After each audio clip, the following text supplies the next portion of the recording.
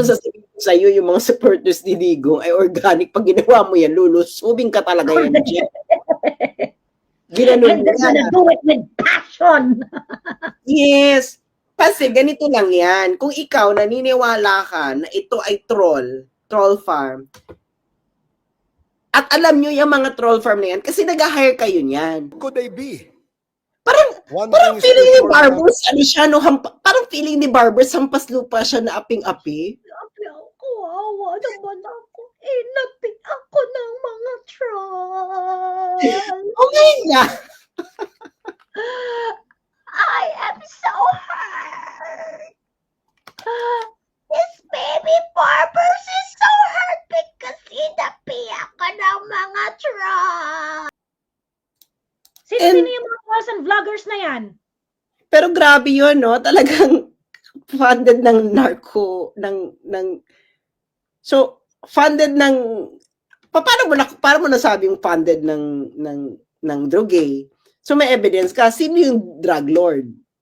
So, alam mo, ba't hindi mo imbestigahan sa Quadcom mo? Hindi ba yan ang patawag mo yung drug lord? Before you act on the obvious transgressions of the law. Tangina! Gusto pa niya automatic.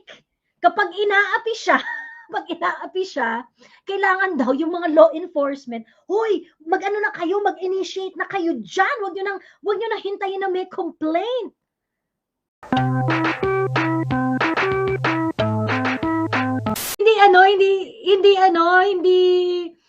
Hindi sakto yung actions na gusto ni Barbers dun sa kanya examples. Oo, sa grievance na mga tinutukoy niya.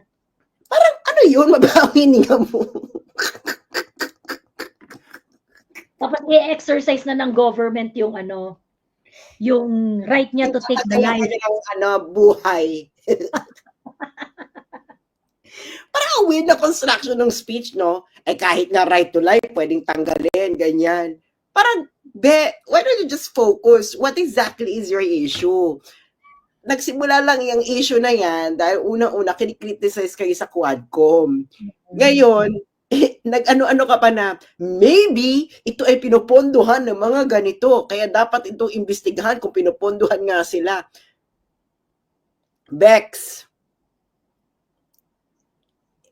hindi kasalanan ng mga citizens ng Pilipinas na nagpapahayag ng kanilang saloobin sa social media kung walang nagmamahal sa'yo at nakikipagbardagulan para sa'yo. Period.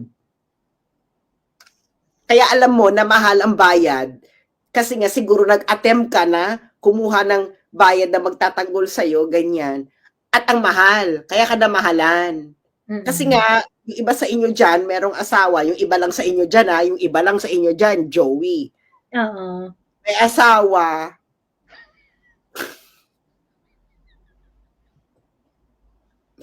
May asawa, hindi binayaran yung luxury bags. 29 million. Hindi nga nabayaran yun Paano ka pa nga makapag-hire ng mga magmamahal sa inyo dyan, Joey? Diba? Imposible na yun. Hindi mo nga mabayaran yung utang Kaya nga na-demanda. Kaya alam mo na mahal kasi nag-attempt ka na mag-hire ng mga magmamahal sa'yo. Hindi mga nagkakaunsehan na nga sila, yung mga tumitira sa akin na flip-topper, sila yung nag-away.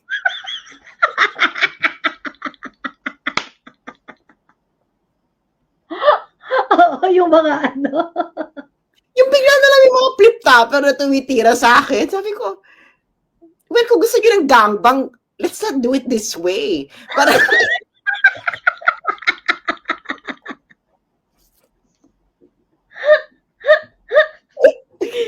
tapos naloka na lang ako, may mga nagsasabi sa akin, si ganito, sa kasi ganyan, nag-aaway, naglalaglagan na yung isa binabayaran daw ni Martin, di ba yun yung pagkakasabi?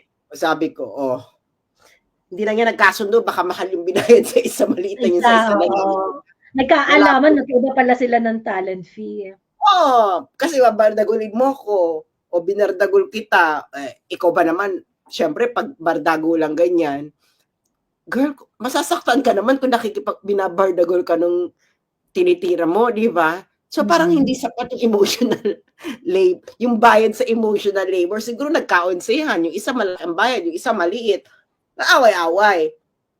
Di ba? O, mahal ang bayad dyan. Ano yan eh, flip topper yan eh, na eksena. Di ba? Yung isa nga, may kakilala si Emerald, si Banat Bay, sabi niya sa akin, may mga kilala sila na sinabihan na mahal daw talaga yung bayad, ganyan. Sabi niya, bahala ka kung gusto mo gawin yan. Pero ito sasabihin ko sa'yo, yung mga supporters ni Digong ay organic. Pag ginawa mo yan, lulusubing ka talaga yan, Jeff. Ginanon And they're gonna do it with passion. Yes. Kasi ganito lang yan. Kung ikaw naniniwala ka na ito ay troll farm, at alam nyo yung mga troll farm na yan, kasi nag-hire kayo niyan. All you can do is to outbid. Magkano ba yan? Tigilan nyo na yan. Tapal. Ganyan ang ginagawa.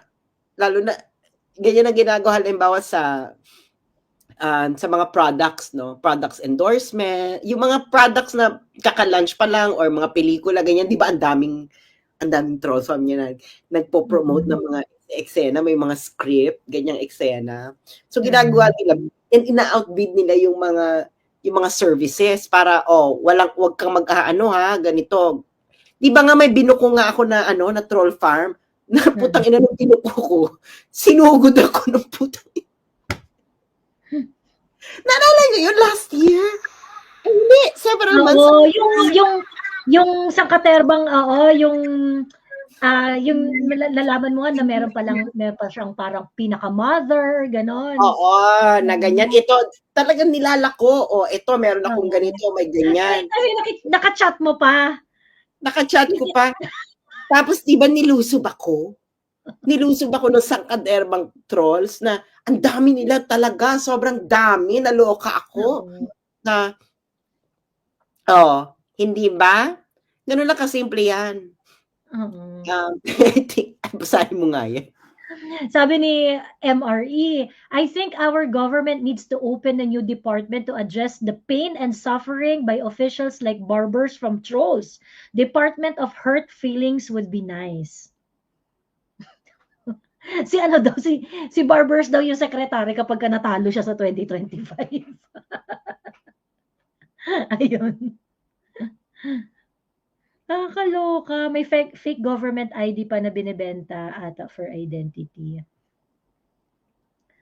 Ayun. Yes, may binibenta yan. Nakita ko nga, di ba? Ganun ang modus operandi nila. Nagbibenta rin sila ng mga fake ID para sa GCash. Kasi dun sa GCash ang bayad. Pero fake yung ID.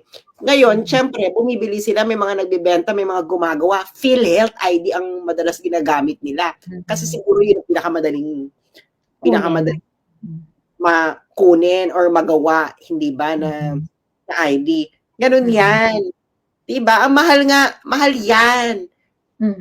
Ngayon, kung yung iba sa inyo dyan, may asawa na hindi nakapagbabayad ng luxury bags na 30 million. So, might as well.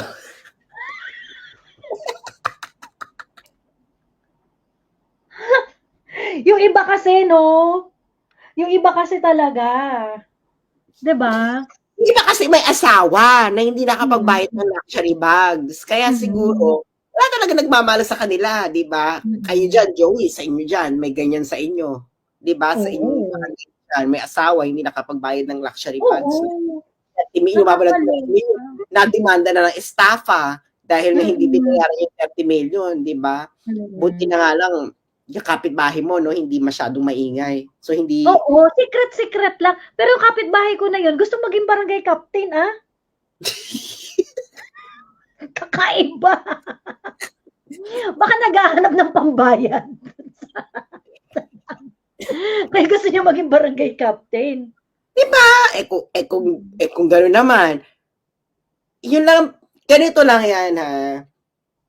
Ganito, you have to accept the reality of trolls. Kung politicians ka, hindi mo pa ina-accept yung realidad, hindi mo na mapipigil yan.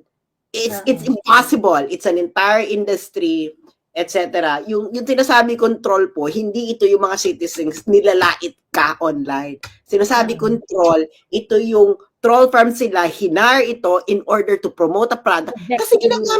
Kasi yung mga services na yan, ginagamit yan ng lahat ng mga companies pag gusto nila mag-promote ng product, ginagamit yan sa showbiz pag may gusto i-promote na pelikula, may gusto silang i-promote na love team, i-promote na ganito. It's an entire industry. It's not only being used in politics. So it is the reality of the situation. So anong ginagawa ng showbiz? So nag-hire sila ng counter-troll. Nag-hire sila ganyan. Kaso ma-afford ito ng showbiz kasi malaki ang kitaan sa showbiz or meron silang sarili. Meron talaga sariling farm in order to actually do the trolling work. Ngayon, eto. Pero kung may tunay na nagmamahal sa'yo, yung mga nagmamahal sa'yo mo ang magtatanggol sa'yo at hindi mo kailangang magbayad. Correct. Kasalanan ng mga tao na hindi kanila mahal. Kaya hindi kanila pinagtatanggol. Kaya nga nasasaktan ka lang sa mababang hininga. Or di kaya pangit ka.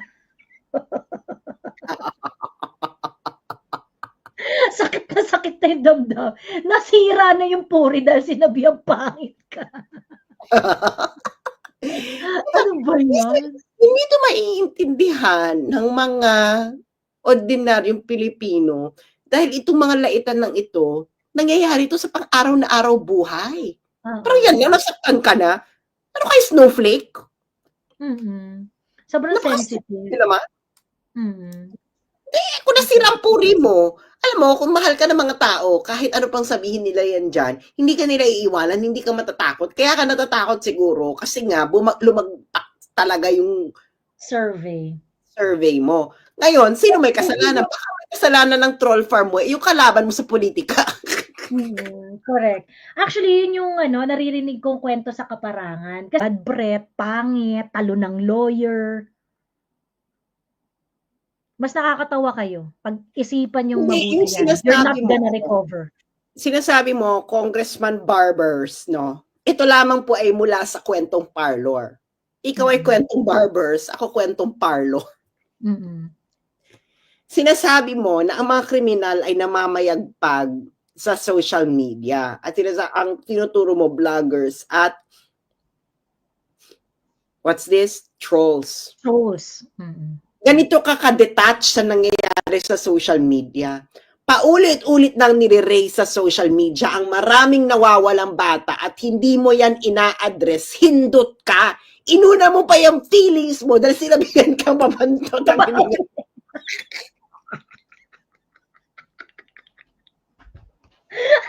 At saka pangit. Wala kang kaalam-alam. Naloloka ka kami sa social media. May mga nagsha-shabs na naka-live.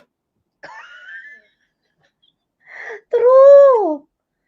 Bakit yan ang hindi mo pinapansin? Ang pinansin mo talaga yung mga nagsasabing mabaho ang hininga mo.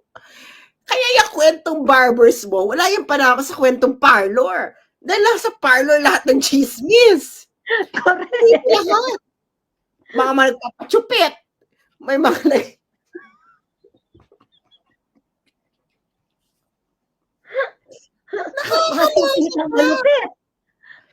Nakakaloka ka. Inuna mo talaga yung feelings mo sa mabawang hininga. Nagkakagulo na nga kami din sa social media. Ang daming batang nawawala. Yung feelings mo at hindi siya ina-address. Hindi mo siya ina-address. Correct. Yung live na nagsashabs, nakakaloka. Di ba sinabi ko nga sa'yo, in France, Creo, yung totoong binabayaran nila, nag-away-away na. Naloka nga ako, nag-away-away yung dalawa. Kasi nga, yung isa nila na binabayaran daw pala yun ni Martin daw. Pareho na naman ata, kasi pareho naman silang tumitira sa akin. Feeling ko talaga, nagkaguyuan. Baka mas malaki yung binayad sa kabila, mas maliit dun. Gano'n lang naman yan sila. Sabi pa ng isang nang-away sa'yo, di ba nag-aaway-away na sila? Sabi nung isa, hindi naman sa pagmamalaki, mas magaling naman ako sa kanya. Exactly. Mas malaking bayad sa kanya. Mas malaki yung binayad dun sa kabila, kaya nagkaguyuan yan. Na parang puta. Diba? So, mahal pa sila. Dapat pagtatagpasin ng mga dila ng mga yan. Ayun lang. Matutupad na pangarap ni Martin. Ayun. Di natin alam, kasi sabi ko nga, POV lang yun ni Martin. POV lang yun ni Martin, di ba? Ayun. Okay, well, anyway, eto na. Pakinggan natin ang ano, itong si dugas nito ni Ace Barbers eh.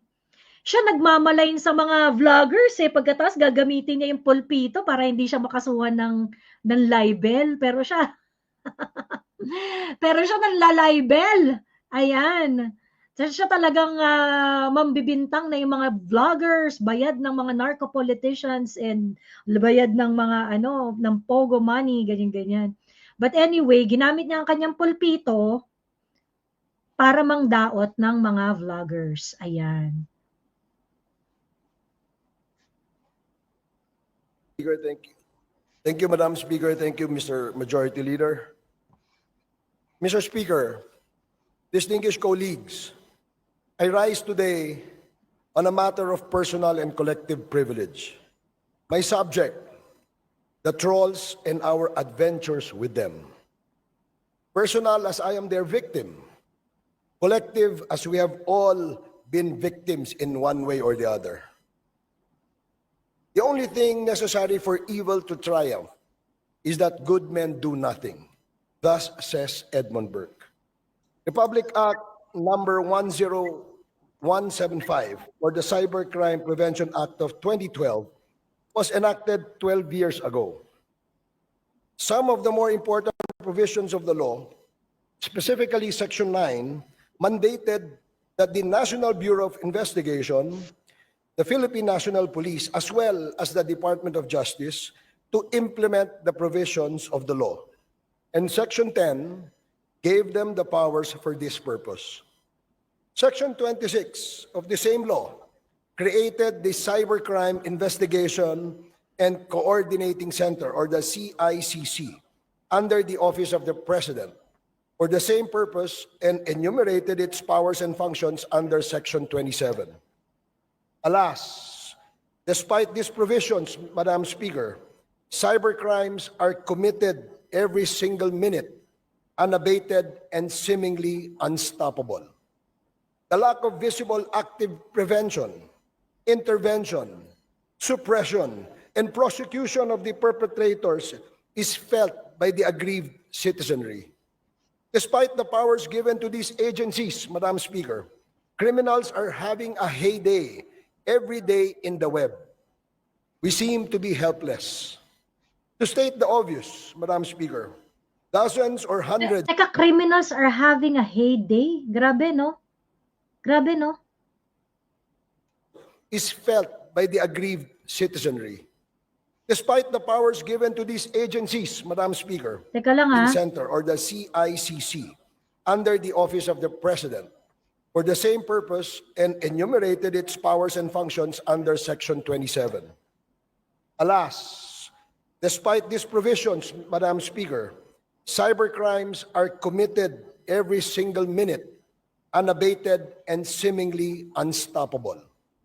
The lack of visible active prevention, intervention, suppression, and prosecution of the perpetrators is felt by the aggrieved citizenry. Despite the powers given to these agencies, Madam Speaker, criminals are having a heyday every day in the web. We seem to be helpless. To state the obvious, Madam Speaker, dozens or hundreds, if not thousands of trolls, probably paid by pogo and drug money, relentlessly attack personalities with total impunity. Putang ina nito. Nakaka-high blood to si Barbers, no? So, you call us criminals. Kaming mga tama ba, Barbers? Kaming nagkikriticize sa inyo, sa trabaho ninyo, in which people paid you for to do?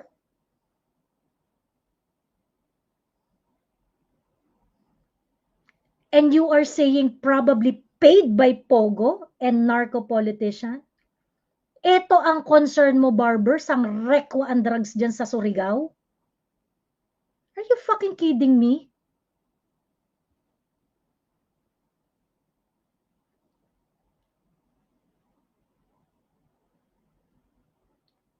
Ina.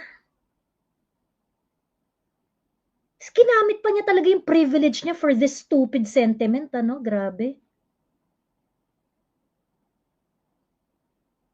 Probably paid by Pogo and who are the vloggers that you are talking about? Sino yung Papa NBI mo na paid ng Pogo and ano?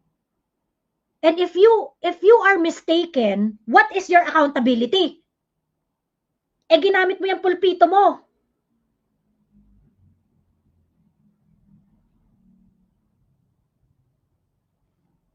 Magpapa-investigate ka sa NBI, sinulatan mo pa ang NBI, telling vloggers being paid by Pogo and by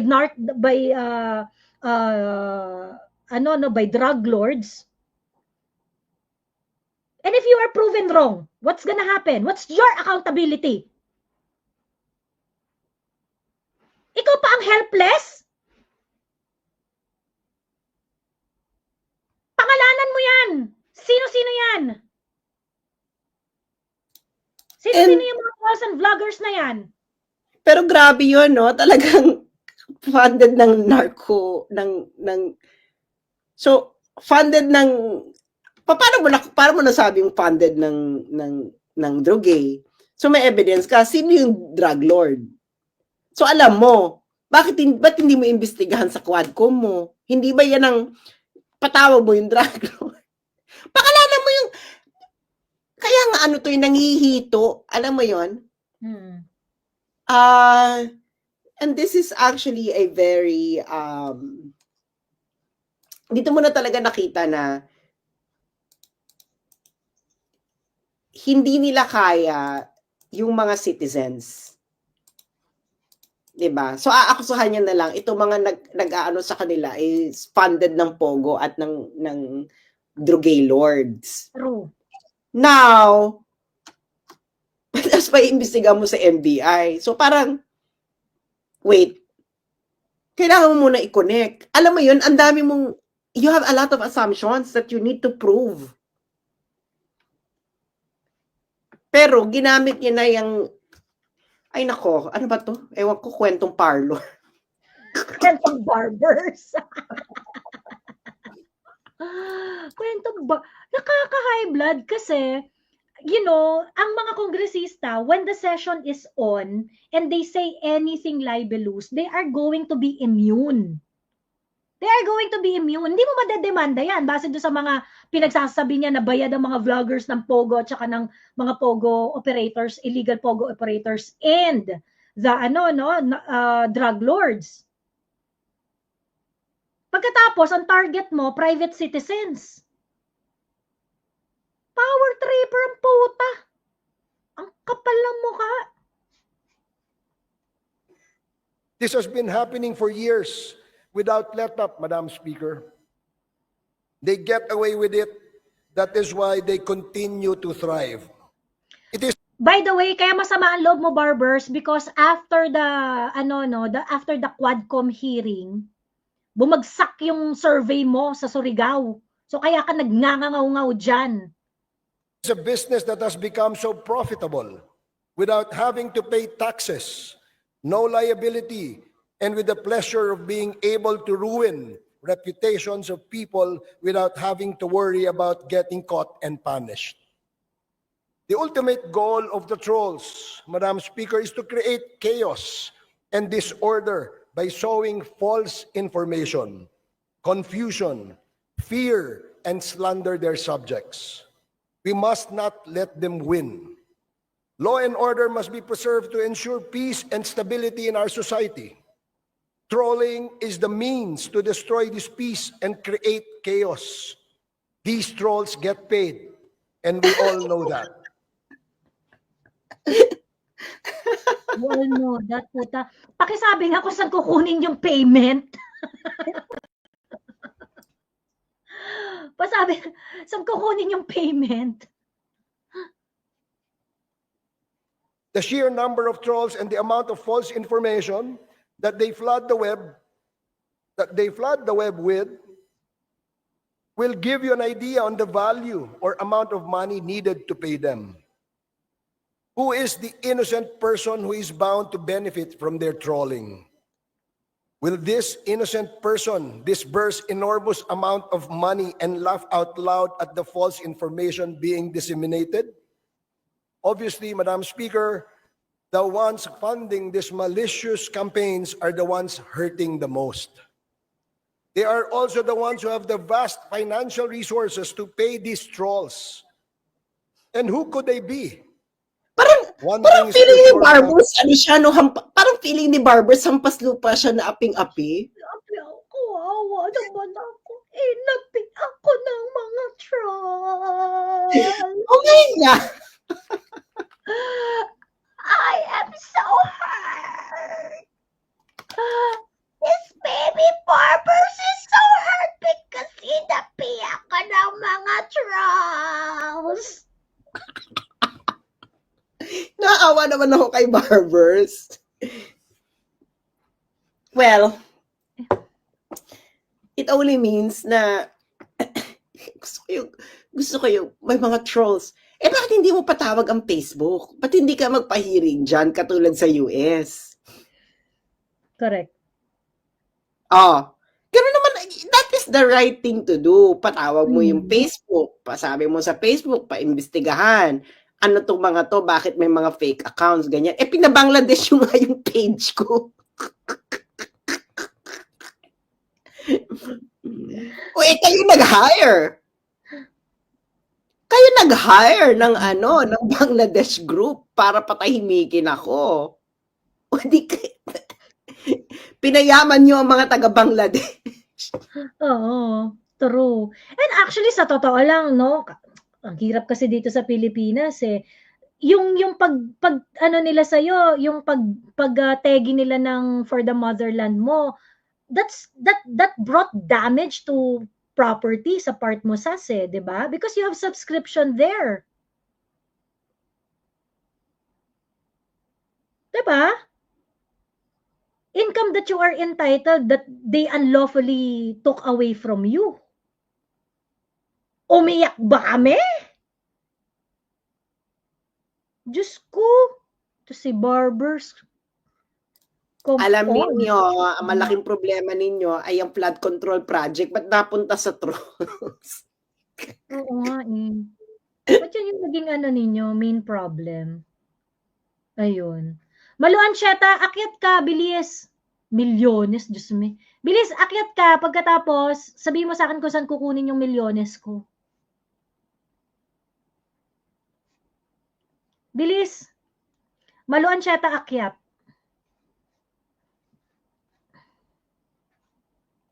Akyat.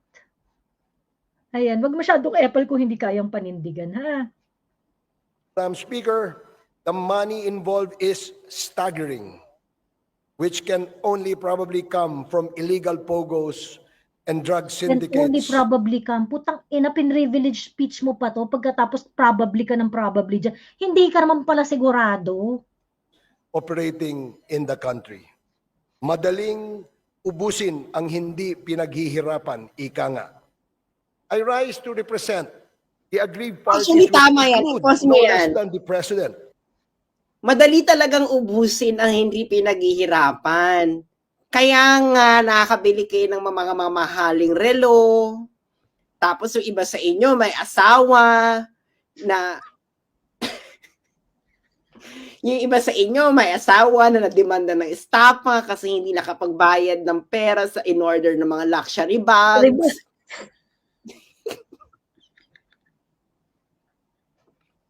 Na nagkakahalaga ng 29 million pesos.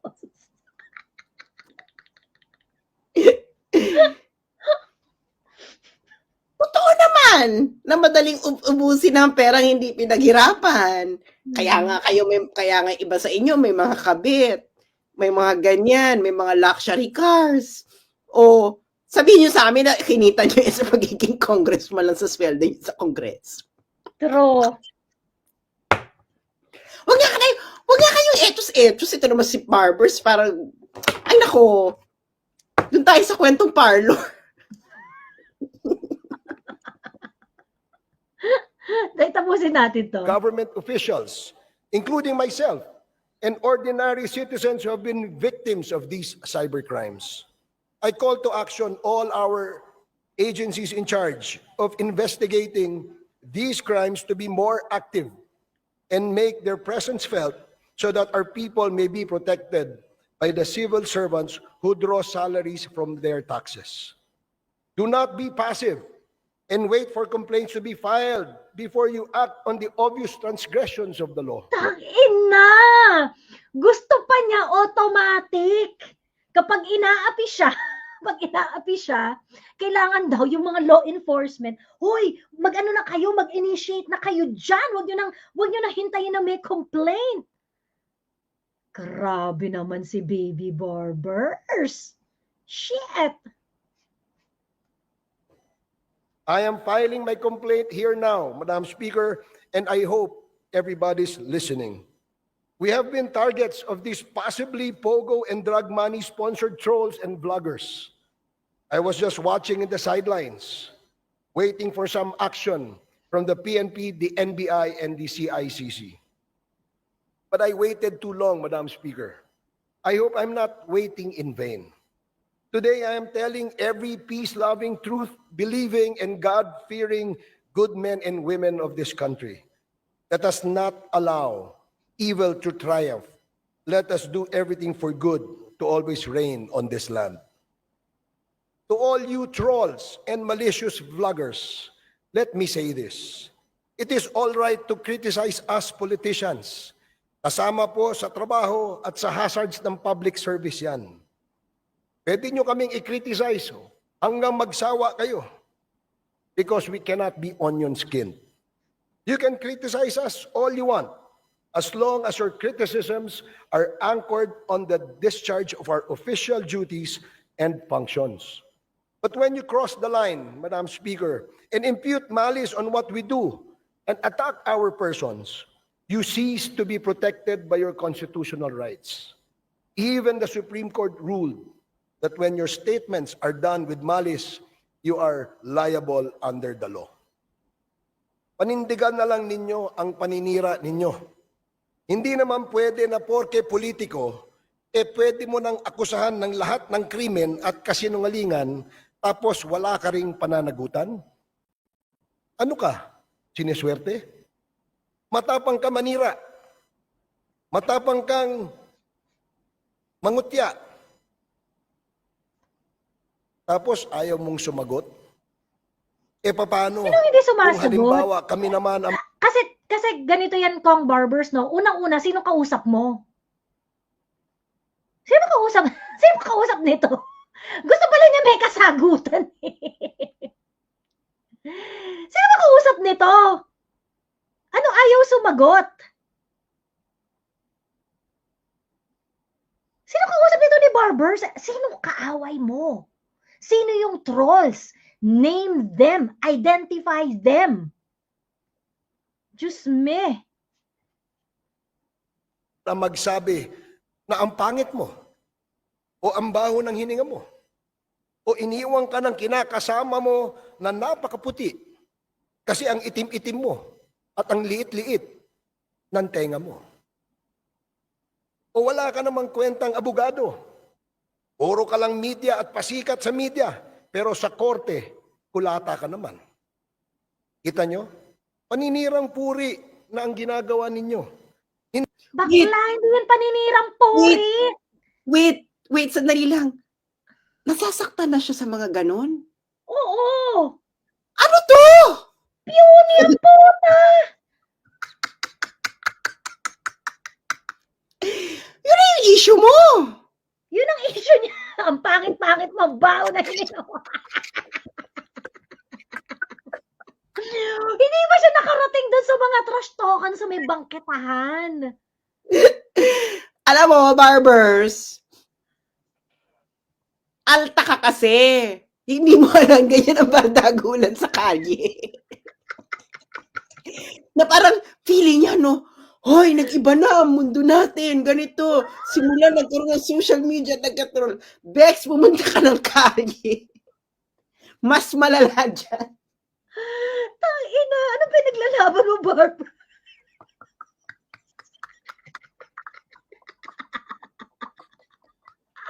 Ang sakit pa mo!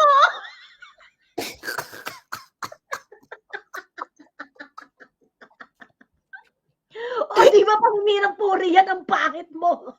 Ang baho ng hininga mo.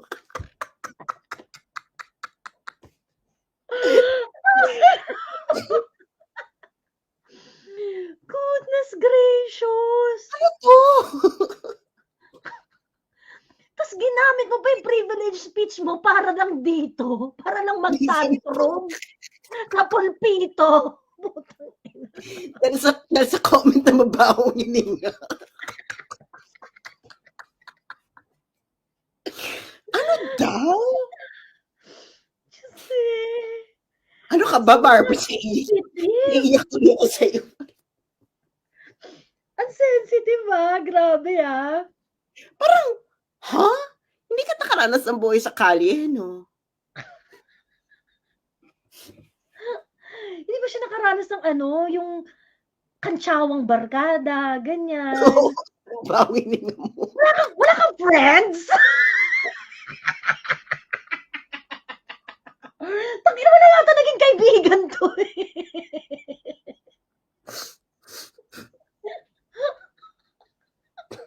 Ang lungkot ng buhay ni Barber. Diyos me.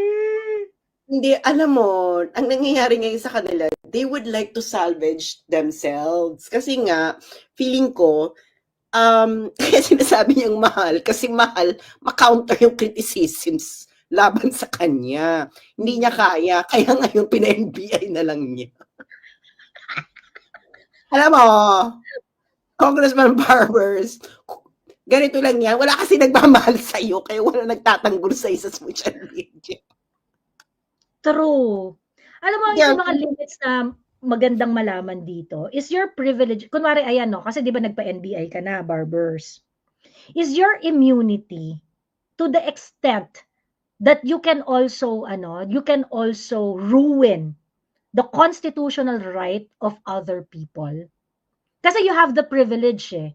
If you're going to say something libelous dyan sa pulpito, immune ka. Hindi ka makakasuhan ng libel. But if you're going to say such, and then later on, nagpa-serve ka ng subpoena base dun sa order mo. So basically, yung saservan mo ng subpoena, you are telling that these people are paid by drug lords and pogo operators, illegal pogo operators. In effect, ruining the life of these people and imputing this very, very damaging information to these people. Now, I would really like to test the limit of your immunity. Sa totoo lang I would love to test the limit of your immunity. Is your immunity that is constitutionally granted to you can actually also protect you from the constitutional guaranteed right of the people to express.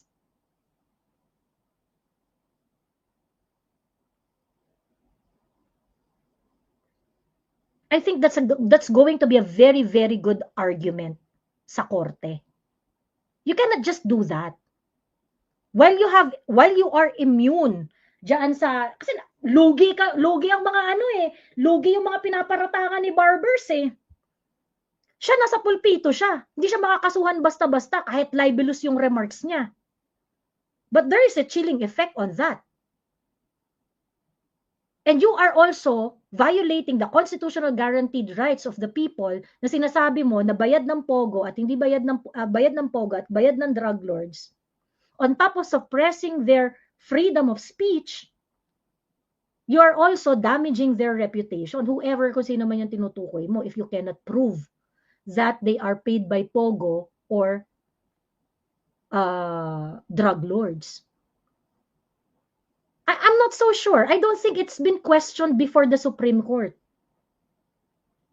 Is your immunity capable of protecting you when your exercise of that immunity, that privilege in the House of Representatives, in effect, is violating the constitutional rights of your critic.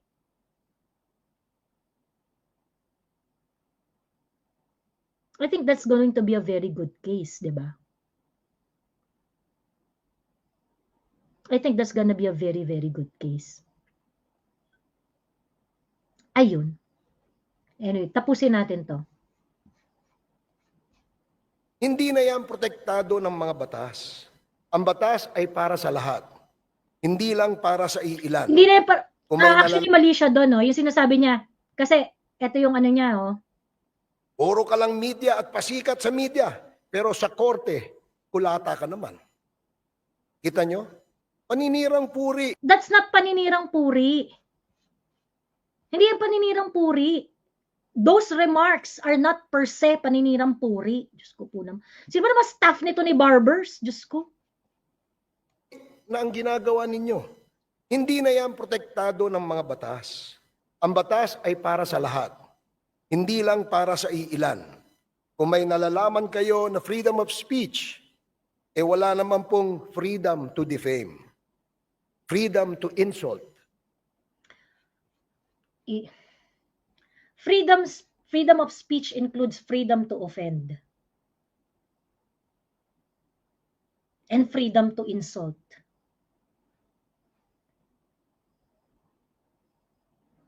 You have to prove malice, you have to prove damage to your reputation or whatsoever.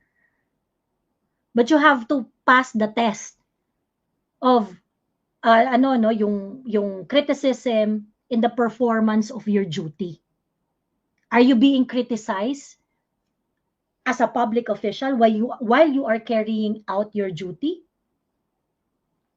Anyway, magkakaalaman naman yan, Diyos ko. Pero disappointed ako dun sa staff ni Barbers. I mean, ba't nyo hinayaang mag-speech siya ng ganito ka unintelligent? Or freedom to slander. Lahat ng freedom ay walang freedom to slander kasi nga crime yon. Pero yung freedom to insult, freedom to offend, ganyan-ganyan, part yun ng free speech. Part yun ng free speech. For example, I think, kunwari, ganyan, I think Pia Wurtzbach is way better than Catriona Gray. Of course, that's going to be offensive dun sa mga team Catriona. That's insulting to their feelings or whatnot. But can you put me in jail by saying so? No, because it's part of my freedom. That's what I believe. You don't like it? Ditakpan mo yung tenga mo. Diyos me. Anyway. Karapatan ay hindi po absolute o walang katapusan. Kahit nga ang pinakauna at pinakaimportanteng right to life at liberty ay pwedeng alisin ng Estado upang pangalagaan ang buong lipunan at ang mga mamamayan nito. Wait. Narinig mo yun, Sas? Barbers is one of the co-chair ng Quadcom in which tinatakal nila ang EJK. And at the same time, Barbers is now saying that the state can actually take your life and your freedom. And it can be justified.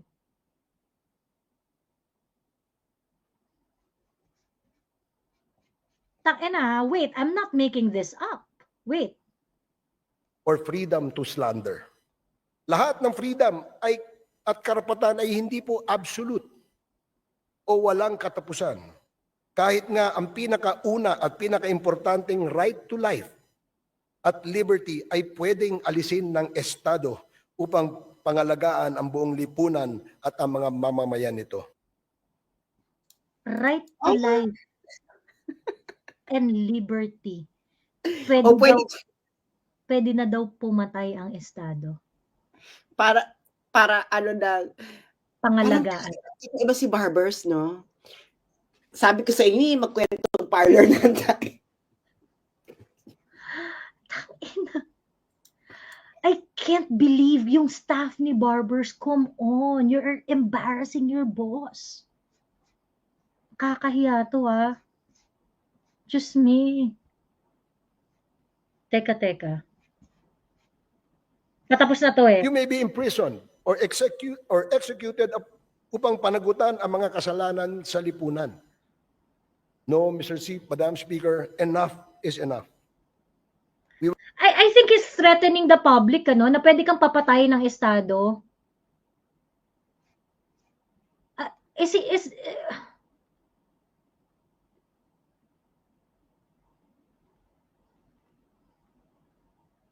Pwede kang papatay ng Estado for the greater good?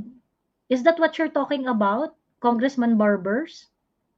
Grabe, sobrang abuse to ng privilege ni Barbers. OA, grabe, sobrang OA. He is actually giving warning, no, sa mga nagki-criticize sa kanya. Nagse-threat siya. We will not stand idly by anymore and allow your evil to triumph. We will do everything to make sure that you are brought to your senses and punished for your abuses and wanton disregard of the laws that safeguard everyone equally.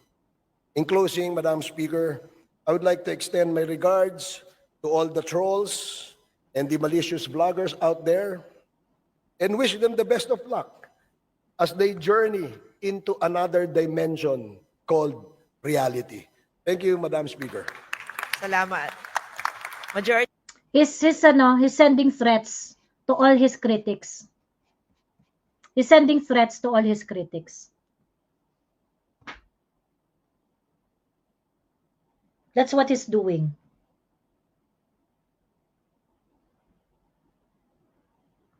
And he's doing it in the most shameless way. Ang last words ko ay, kung mabaho ang hininga nyo, mag-toothbrush na lang kayo. Bakit kailangan pa yung NBI nyo? Huwag ka magtawag ng NBI. Di, mas mura lang. Mas mura ang bumili ka na lang mouthwash, magkano ba yan? Mag-ambag-ambag na lang kami, magkano ba yan? Wala ba kayo pambili ng mouthwash? Aabalahin niyo pa si Judge Jimmy Santiago. Oo, no. Alam mo, I'm pretty sure, no? Kasi yun yung judge namin kay Jover, eh. Napaka-very, niyan, si Judge Jimmy Santiago. Very Amiable and level-headed. I'm pretty sure, sir, natatawa kayo sa mga ganito. Actually, he looks very, kasi nung parang tinanong siya na, oy, sabi ni Ombudsman Martires, pwede raw niyang kunin yung kaso na ganito anytime, ganyan. Actually, excited siya. Di kunin niya na para wala na akong problema. He looks like a guy na ipit. Well, And he's a sounds like very, a guy na ipit. because he pagkakakilala ko sa kanya, as a judge, he's very straight edge and fair. And, sir, kung yung sabihin hindi kayo natatawa sa mga nangyayari. Can you imagine, pupunta ka sa judge, sasabihin mo na judge, sinabihin ako na mabahong hininga. Puta! Kailangan nyo itong imbestigahan. Kasi sinabihan ako mabahong hininga. Just me. Ano ba yun? Pwede ba gamitin yung privilege speech mo in order to pabulaanan na wala kayong kinalaman sa droge? Dapat doon mo na lang binuhos. Kasi, napaka-petty. Napaka-petty ng mga examples. True. Anyway, yun lamang po. Ayan, Ikaw, maraming salamat.